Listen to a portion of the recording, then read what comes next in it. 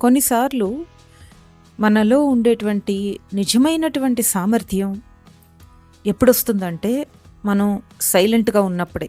ఆ సైలెంట్గా ఉన్నప్పుడే మనలో ఉండేటువంటి ఆ పొటెన్షియల్, మనలో ఉండేటువంటి ఆ బలం అనేటువంటిది మనకు తెలుస్తుంది. చాలాసార్లు ఎవరైనా సరే మన గురించి తప్పుగా మాట్లాడినా, లేదా మన గురించి మనతో మాట్లాడేటప్పుడు వాదిస్తూ ఉన్నా సరే, కొంతవరకు మీరు ఎక్స్ప్లెనేషన్ ఇవ్వాలి. దాని తర్వాత ఎవరికి కూడా అంత ఎక్స్ప్లెయిన్ చేస్తూ, అంత వివరిస్తూ ఉండాల్సిన అవసరం లేదు. ఎందుకంటే మనం కరెక్ట్ అని చెప్పి కొన్నిసార్లు నిరూపించుకోవడం కూడా వేస్టే. కొన్నిసార్లు మనం ప్రూవ్ చేసుకోవడం కూడా కొంతమంది దగ్గర వేస్ట్. ఎందుకంటే ఆ డ్రామా అవసరం లేదు.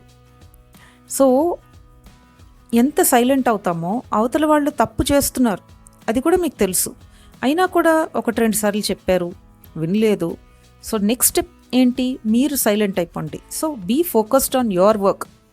అవతల వాళ్ళు ఎలా ఉన్నా సరే, వాళ్ళు ఎంత దిగజారి మీ గురించి మాట్లాడినా సరే, మీరు అవి పట్టించుకోకుండా మీరు ఫోకస్డ్గా మీ పనిలో, మీ ఎదుగుదల మీద, దాని మీద దృష్టి పెట్టినప్పుడు లైఫ్ అనేది మీకు ఇంకా ఎన్నెన్నో అవకాశాలను ఇస్తుంది. అలాగే రైట్ పీపుల్ మీ లైఫ్లో కూడా వస్తారు. So be happy and keep move on.